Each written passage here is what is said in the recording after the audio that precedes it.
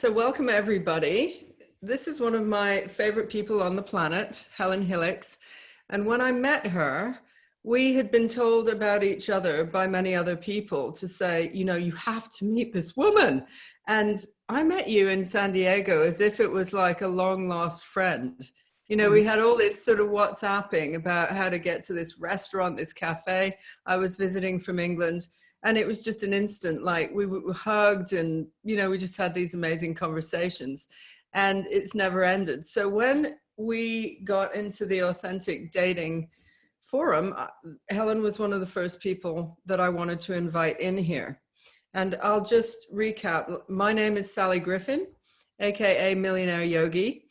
And I have a whole other body of work, but I work with the spiritual business and I'm a coach. And Helen, I want you to introduce yourself.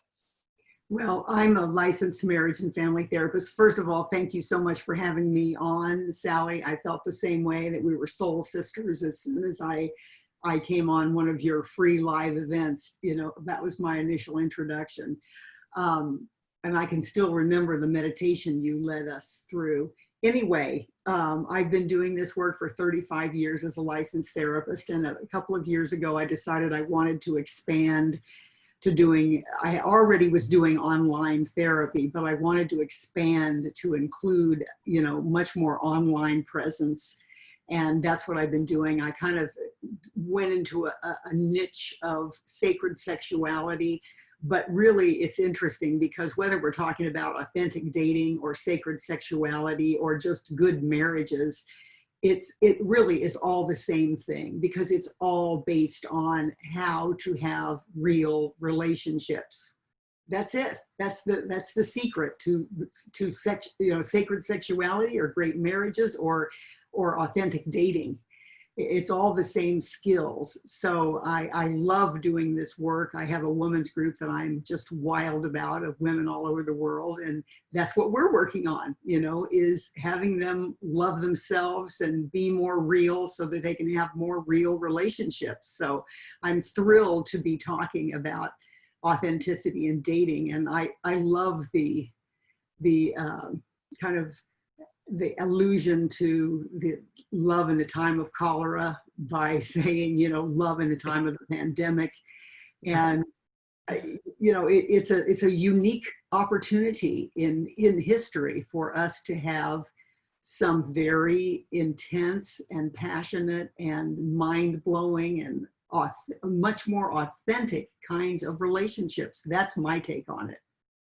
Yeah, I agree with you. And Daryl, whose entire idea this whole event is, the word that resonated strongly most with him was authentic.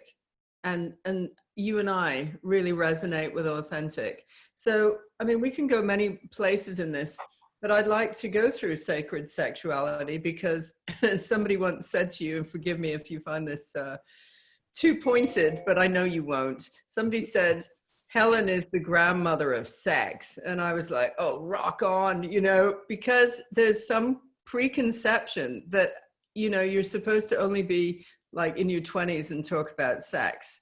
And Helen is like audaciously authentic about sex, which I love about her too. But maybe we'll do that a little bit later. We'll warm you up. So for now, let's talk about the culture of dating that exists right now in the world. And how do you relate to that? And I'll tell you my experience of it.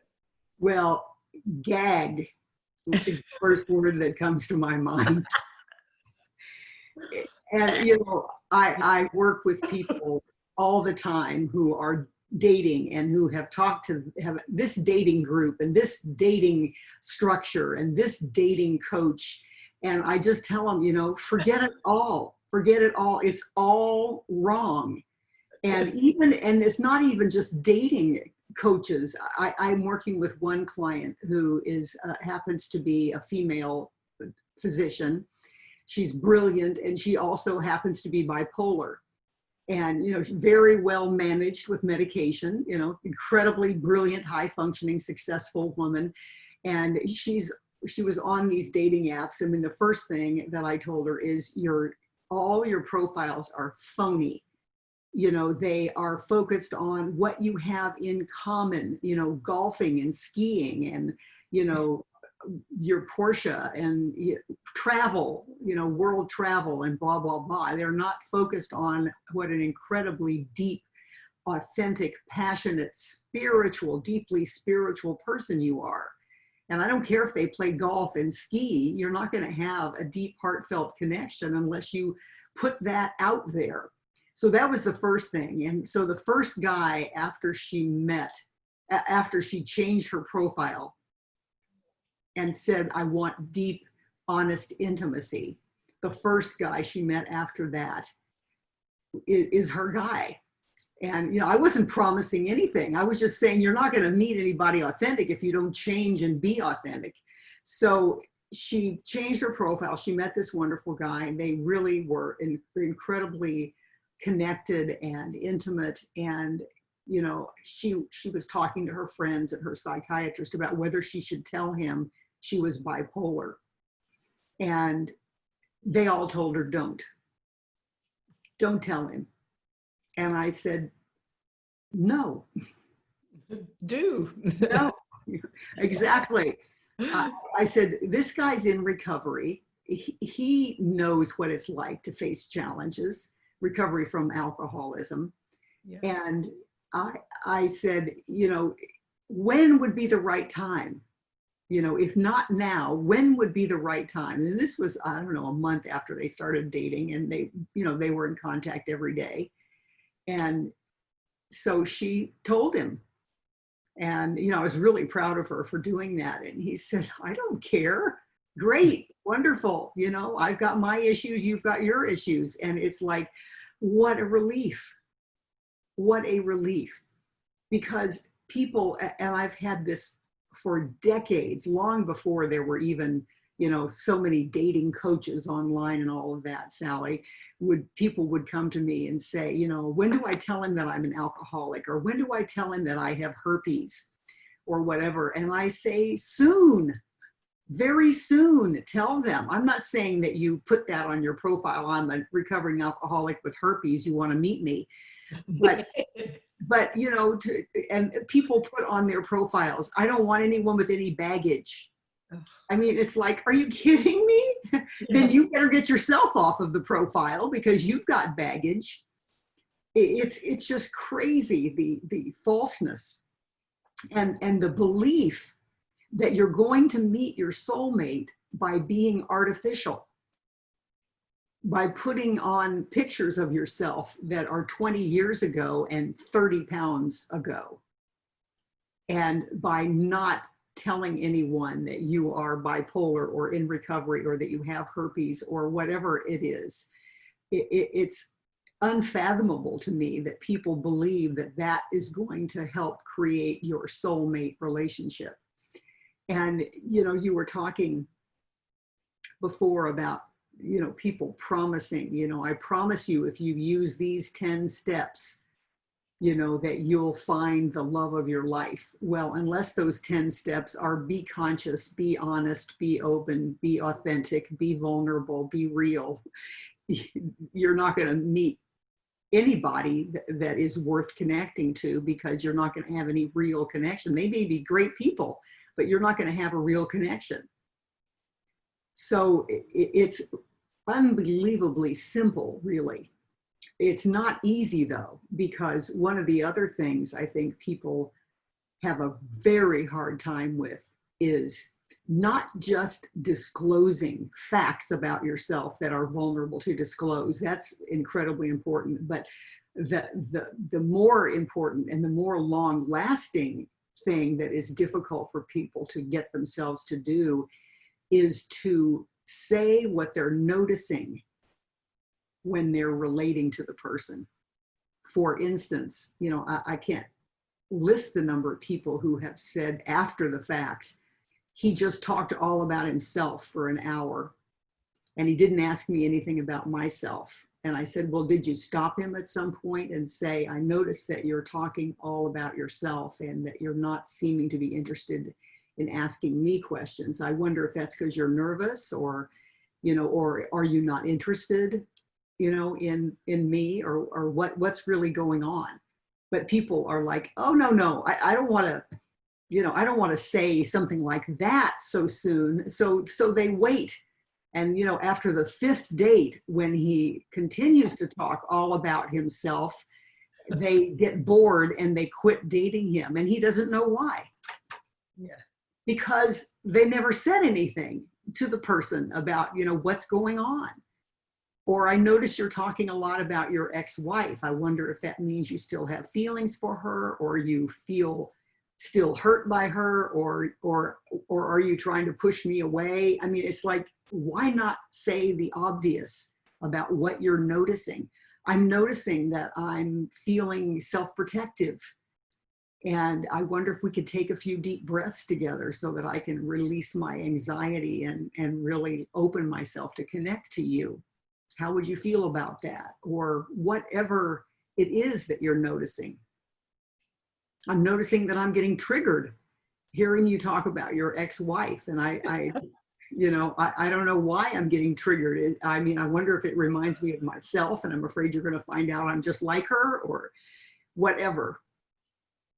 But if you're not able to say what you're noticing, then the chasm between you just gets bigger and bigger and bigger. And again, how are you going to build? You may choose to not say anything about all the things that you're noticing that are bothering you, and because he's handsome and he has money and you think he's sexy. So you don't want to ruin it by saying, I noticed that you are talking all about yourself and not asking about me, or I noticed that you don't have eye contact with me, or, I noticed that I'm feeling anxious, or whatever. So you may decide not to say any of that. And then he says, you want to come up to my place for a drink, and you go and you have a couple of drinks, and then you end up having sex. And then you think, oh, he must like me, even though you have no emotional connection built, no sense of safety built between the two of you. And then you're going to interpret that he must like me because he had sex with me.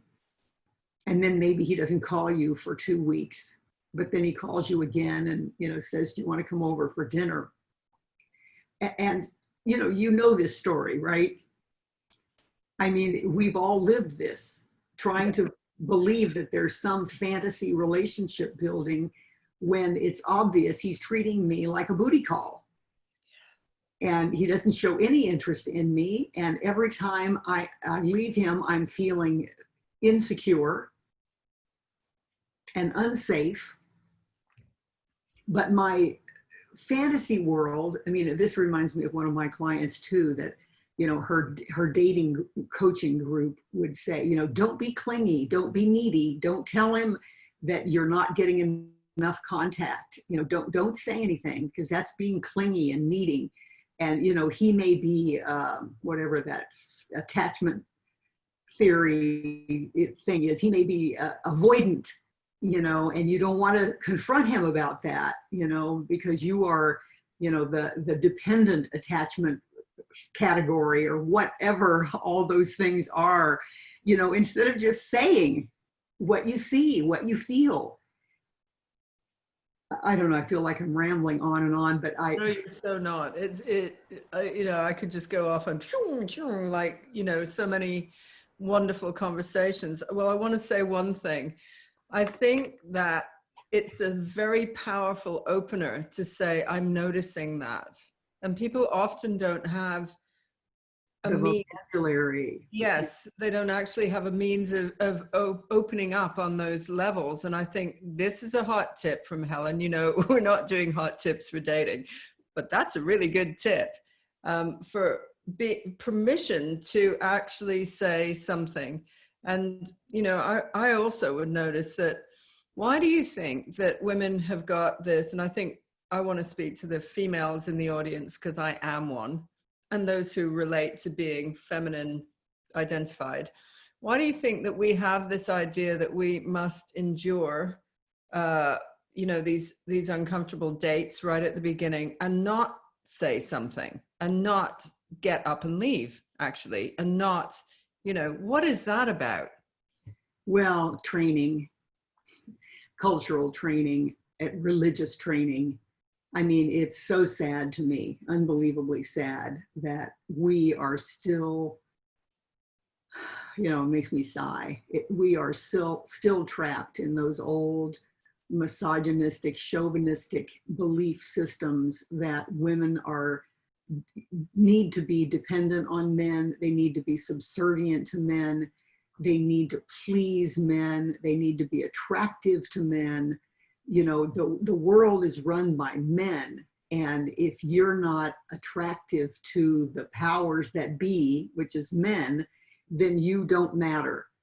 And that's the way we're raised. And, you know, I hope that younger women are breaking out of that. I see some hope of it in my own daughter, but, you know, I don't know if it's just because I raised her differently, or, you know, or there is really a continuing revolution going on. But it's very painful to see how desperate women feel in the world, and how powerless women feel in the world, and how afraid we are of being labeled a bitch because we speak our minds. I saw a cartoon on Facebook the other day that a little girl was asking her mother, "Mom, what does it mean if someone calls you a bitch?" And the mother said, "It means you're getting shit done, honey." Yeah, right. You Yeah. know, so anyway, that's why cultural brainwashing, you know, is that women are supposed to play a role, and the role is, you know, one down. You got to puff up the ego of the man. You got to puff him up. You got to make him feel good. You know, you can't challenge his ego and say, "I notice that you're not, you know, you don't have any eye contact with me," or "I notice that you don't seem interested in finding out about me." That's, you know, that's considered not feminine. That's considered not attractive, you know, and you don't want to do that. It's considered aggressive, actually. It's considered Exactly, aggressive. exactly, which is so ridiculous, isn't it? Yeah, totally. If a And I man said, love, "Hey, buddy, you know what? I've noticed that you're only talking about you." It would be like buddy language. But yeah, if a woman says it, it's definitely you're a bitch. exactly, and I love what you said about giving permission by saying, "I notice this," you know, and the same thing with I notice I'm having a reaction, you know, rather than saying, you know, "You're making me feel totally insecure here by talking only about yourself." You know, that has nothing to do with male or female. That's just blaming the other person for how you're feeling. So I notice that I'm having a reaction and I'm feeling insecure and I don't know why that is. You know, can we explore that?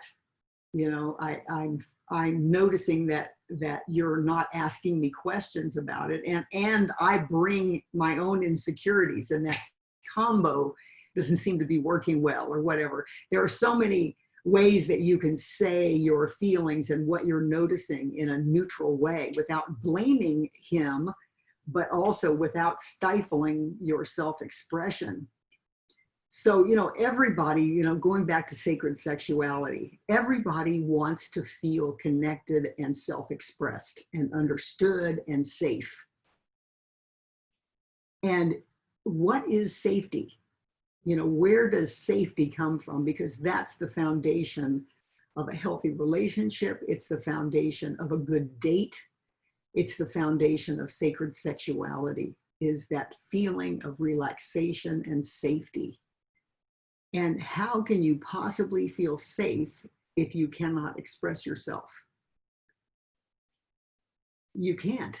No, you And can't at all. and how can you feel safe if you can't say what you're noticing about the other person, and then seeing if you can develop a dynamic, a flow between the two of you where you feel like he cares about your feelings and you care about his feelings, and that you have the skill and the tools to be able to maintain that flow. That's where safety comes from. And that's the foundation of a healthy relationship. And again, of sacred sexuality. you know, speaking of sexuality, I mean, how many times have you heard your girlfriends or maybe yourself? I mean, I know in my past, it's like, I never said what I liked and what I didn't like. I never said I didn't have an orgasm. Why are you stopping? You know, I wouldn't say anything. And then I wondered, you know, why we didn't have a fulfilling sexual connection.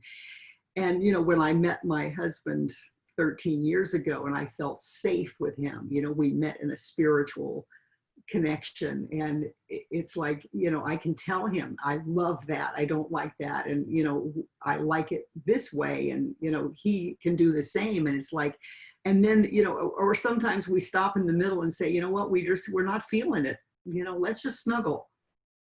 It's like, whatever happens, we can figure it out, we can stay connected.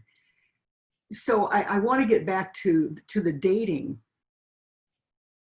because one thing that I think I always tell my clients is, don't look at this online dating, well, number one, as a negative thing. I see it as an incredible opportunity to change the culture of Tinder and Bumble and Grindr and, you know, the hookup sites, and you know, and I don't know, we could get off into pornography too. And this, I found out yesterday from interviewing this guy about a site called onlyfans.com, where everybody, you know, social media influencers are putting up sexual content and then having their massive audiences, you know, subscribe for $20 a month or $75 a month. It includes a couple of personal texts to you. And then they get to watch you doing sexual things. And it's like, you know, cheap pretend relationships. I mean, it's just, our world is so out of its mind. You know, it's so inauthentic. Pretending that you're having sex with this celebrity and that they send you a couple of texts. It's like, yeah. Anyway, so on. Terrifying, because on some level, that's how stalkers or some serious mental health people start the journey of becoming stalkers. It'll be just a smile, somebody's on the street, they pay attention for a millisecond, and then they form this whole story about how they really care about me, and then go into the stalking journey. So I would find that that's one extreme. Worry. Yes. That's one extreme consequence, but that the more common consequence is just that it distracts that person from the ability to have an authentic relationship with a real person. Yeah. It can't compare to having, you know, sex in your mind with a celebrity who looks like, you know, a model rather than a real person. So getting back to again, the reality of online dating is that you can take your time. You're not tempted to go to bed with the person on the first date because you're not together. And it actually can help set a structure for you to feel a little safer, because you're not together in the same room, and you might be able to practice those tools and skills more for a more prolonged period before before the guy asks you to come up for a drink. And so I see it as a wonderful opportunity to try to make some change in the authenticity of dating nowadays. Instead of going out and getting drunk at a bar and going home and sleeping with somebody and think that's going to be the beginning of a great romance, but actually giving yourself time. And it also, it gives women permission to have a voice, because you're in your own home, safe. And you can say what comes to you, and you can more, I think it gives people permission to decline to continue when they haven't had sex, they haven't, you know, made any promises. They're just practicing on Zoom. And I think it's a great opportunity for people to practice these skills. And, you know, it's going to be a while before we are out of lockdown in some form or another. And that's what I always tell people is look at it as practice. You're not looking for your soulmate. You are just practicing being real. And only compare yourself to your first time on, not to anybody else or what you think it ought to be. Just compare yourself. Was I more authentic this Zoom date than last one? Was I more authentic in this conversation than I was last time? And over time, you're going to build the confidence that, you know, I can do this. I can do this. I know how to have an authentic relationship because I've been practicing with lots of different people without any expectation that it's going to go anywhere.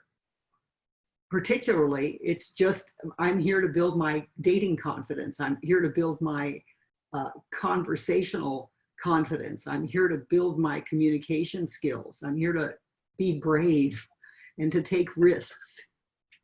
That is wonderful, wonderful advice. And I want to bring in a bit of the personal here because I have been single a long time. And so I have all of those moments that I'm sure lots of people do where they go, oh, you're so nice and you're so pretty. And, you know, why haven't you X, Y, and Z? And why didn't you have kids? They always feel really like that's okay to just dive straight in there. And the man piece, because I am heterosexual, was not a tragedy. The kid part was very upsetting for me. It's not anymore, but this label of, oh, why didn't you have kids? I mean, people who do have kids, the same absurdity would be me going, well, why do you have kids? You know, why do you have kids?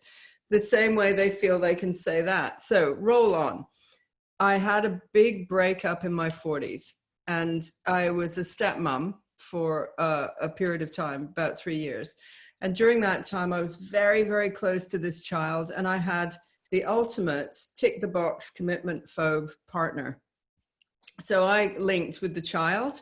I created the fantasy that this was, you know, and on the good days, actually, it was an amazing family. And I was so desperate for this family thing to happen that I created this over fantasy, you know.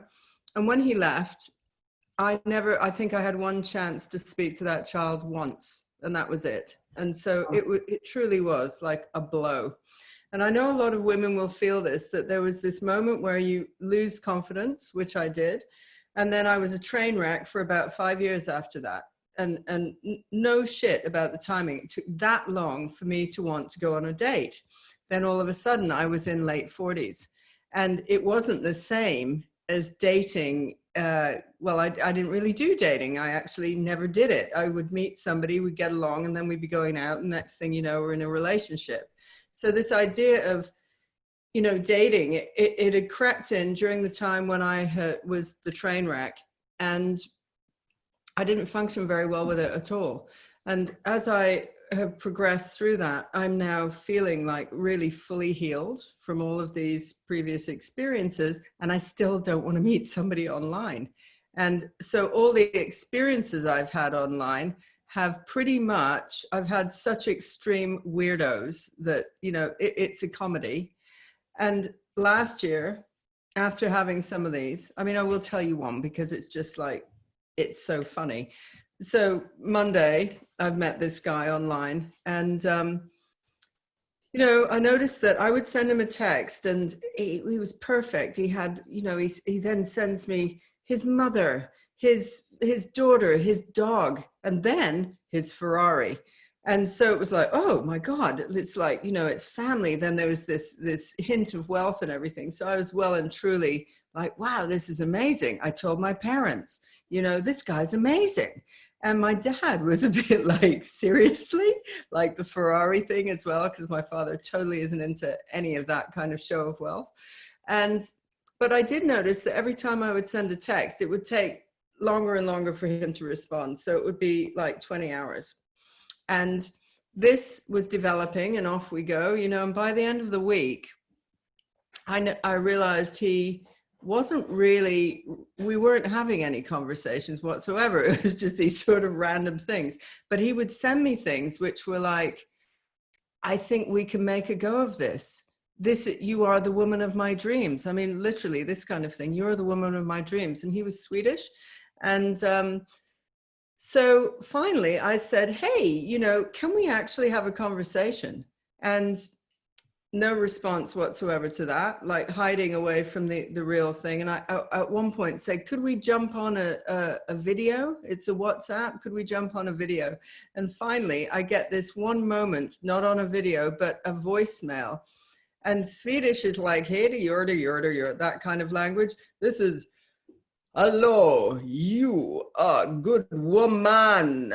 And I'm like, you sure you're Swedish? And he's like, oh yeah, I Swedish. And I'm like, I don't think so. I think you're actually African, because I've been to Africa so many times, right?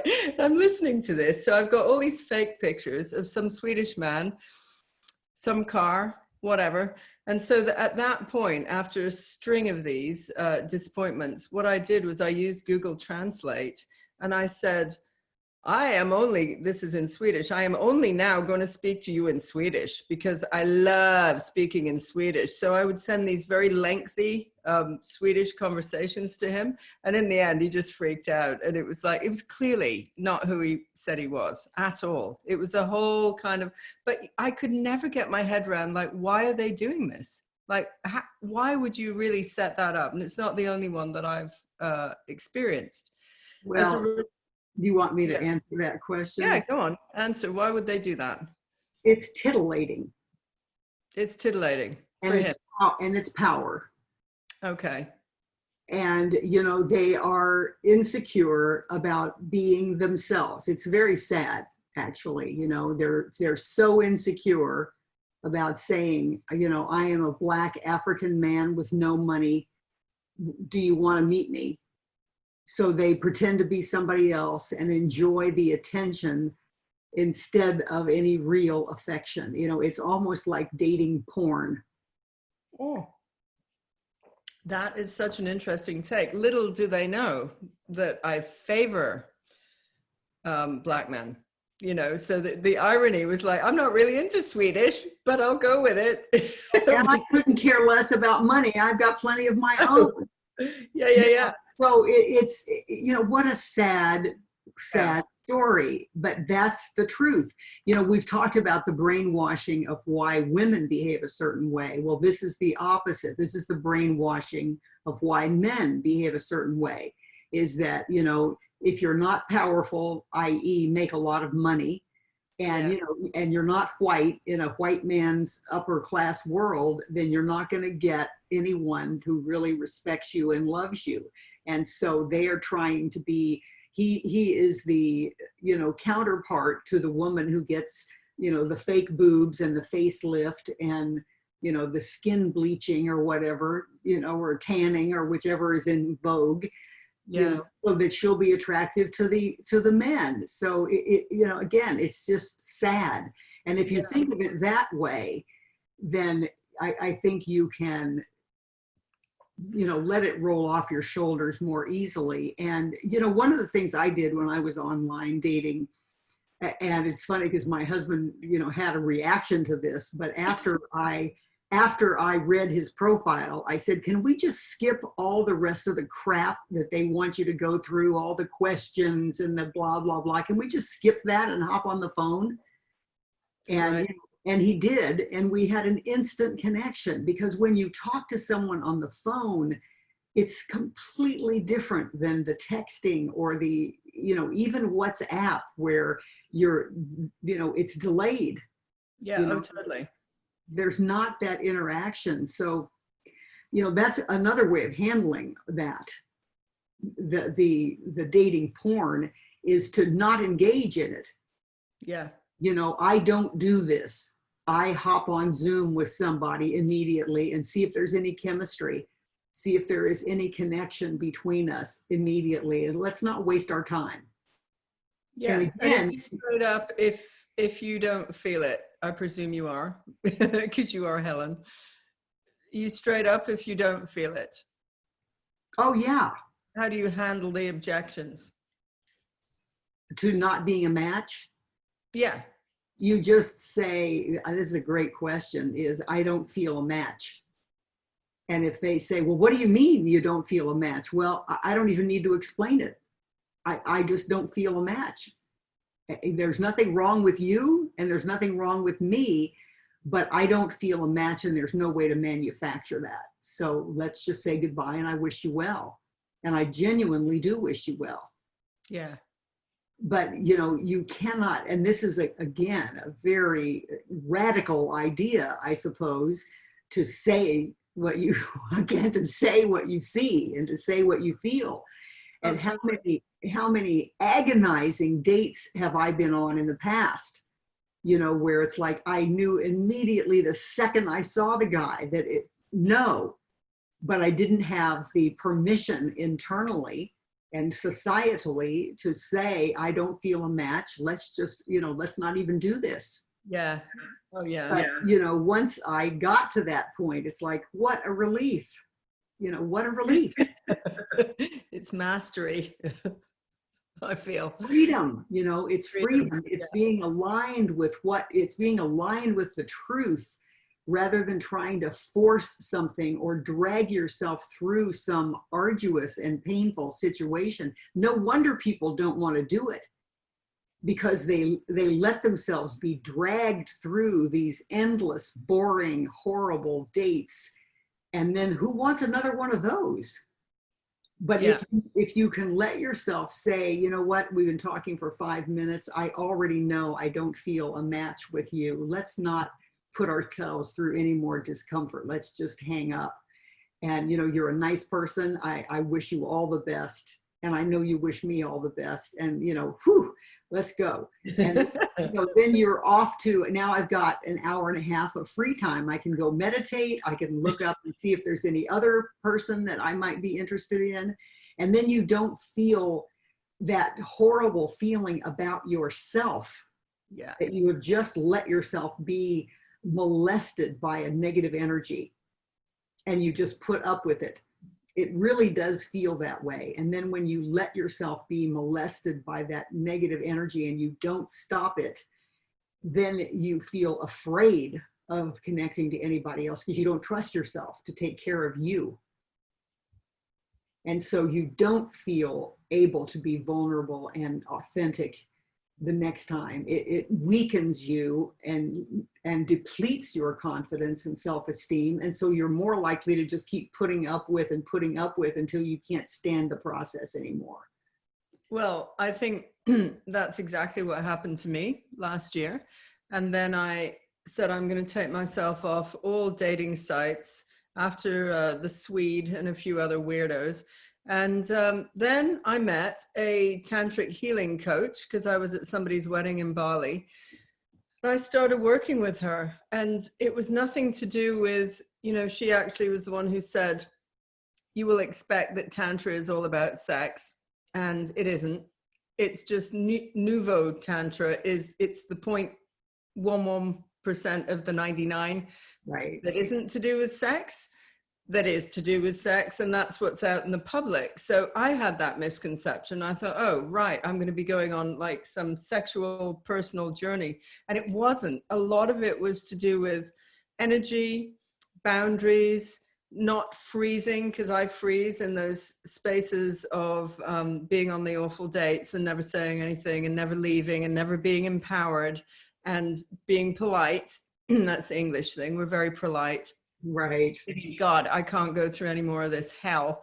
And 1 year later, I've had a few dates this summer, and they have been not the person I want to be with, but my God, they're great dates. They've been great. And even the snogging with the last one was great. And I never saw him again. And I kind of knew I wouldn't, but it was just so okay. You know, what does snogging mean? Oh, snogging is a good kiss. Oh, really good kissing. He was a French man. And but the thing is, prior to that, I'd been like, it's all or nothing. You know, it's live or die. It's all that kind of stuff, you know. And instead I lightened up a lot. I started valuing myself hugely. I I think the remnants of the train wreck, which so many women have had, you know, Yeah. a version of the train wreck, had stayed with me for a long time. And I'd gone into this sort of suspicious, less open space. And now I just feel like great, like I love life. And let's see, you know, let's see. And so I haven't gone on to Tinder or Bumble, which are the swipe ones. I've done more, you know, where you have to read something and write and there has to be a bit of interaction. But actually my feeling is, like you said right at the beginning of this, they became a bit sleazy and a bit cheesy, but maybe by COVID being what it is, which is you cannot just go, you Hook in up. English language for a shag, or you can't just whiz out for something, then you would get rid of those people pretty quickly. And I imagine actually even Tinder and even Bumble would maybe become more authentic. I wonder. Well, there's an opportunity for sure. There is an opportunity for that. And I love the energy of what you're saying about the break that you took and then the focus on healing your own energy and your own self-love. And then the whole energy of we'll see. We'll just see.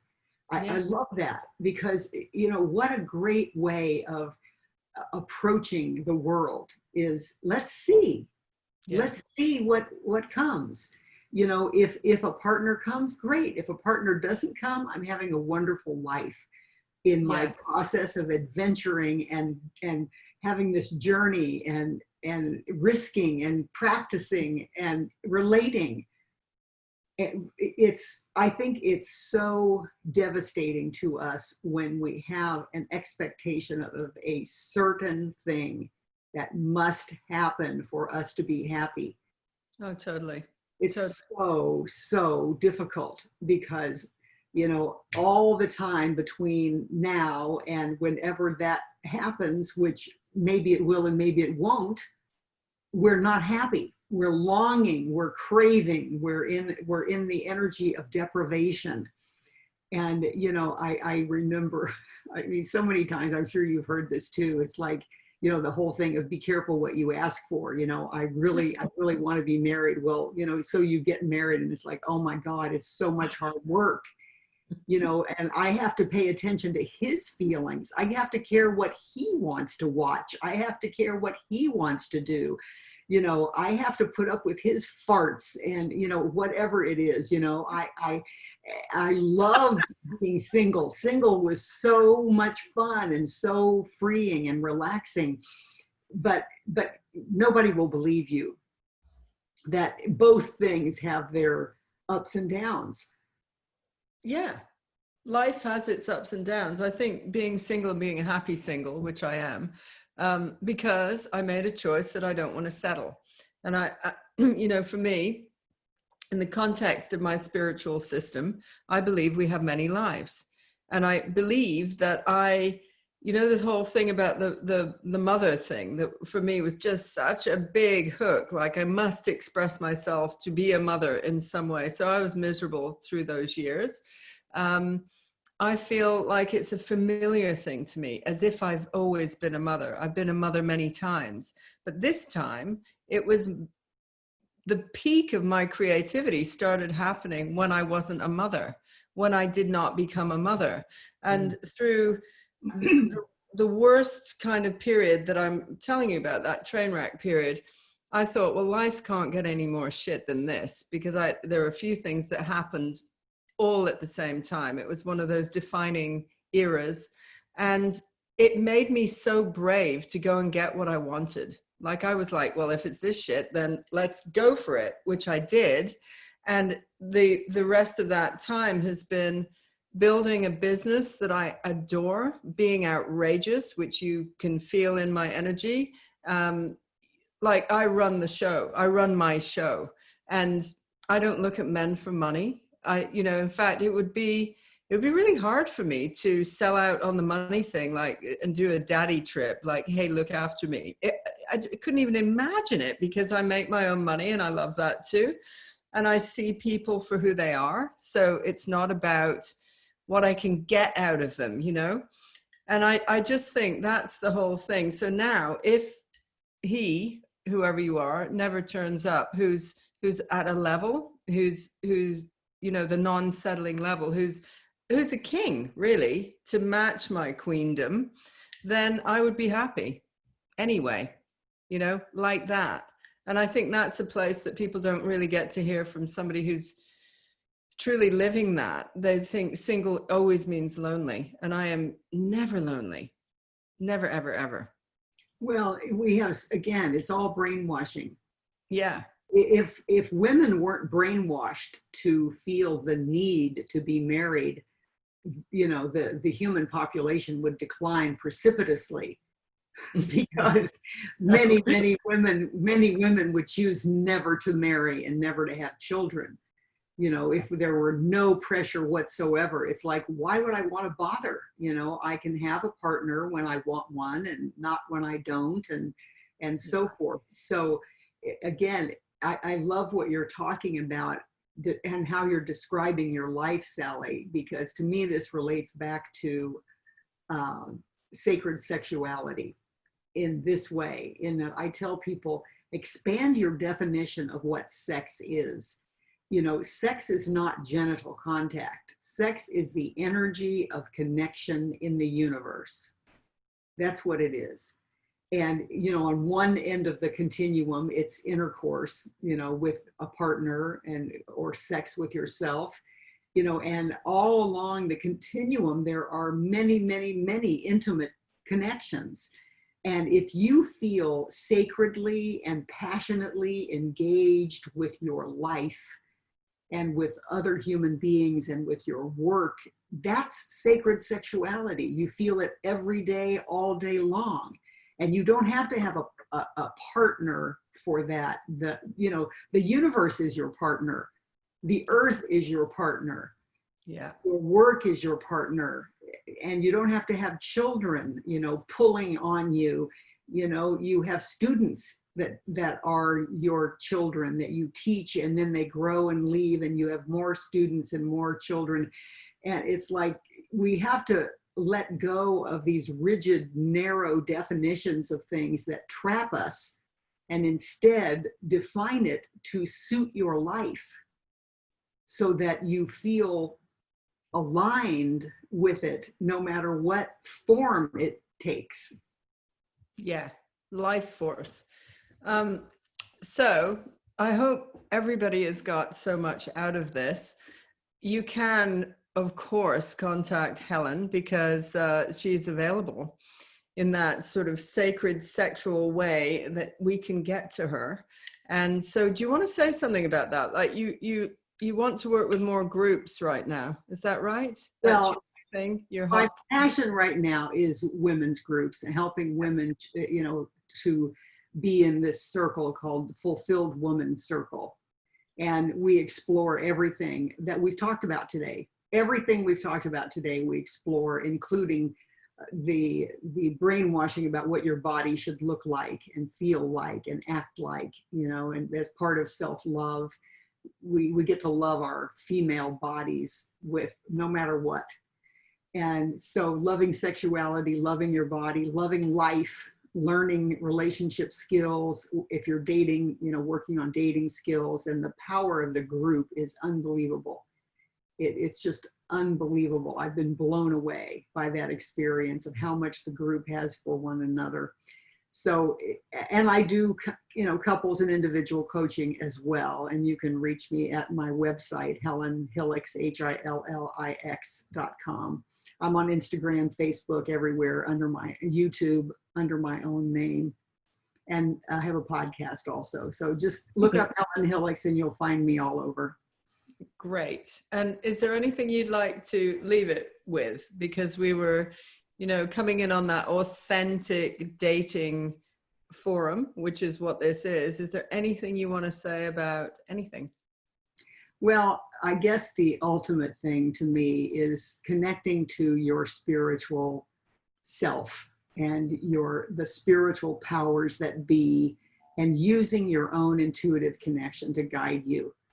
whether it's about what to say, or it's about what to wear, or it's about who to meet. You know, if you feel that partnership with the universe, God, the source, however you define that, if you feel that partnership, then you're never alone, no matter what you're doing. That's wonderful. Yeah, beautiful.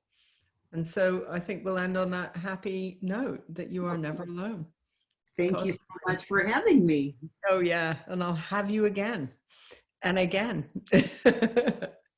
Loads of love, everybody, and namaste.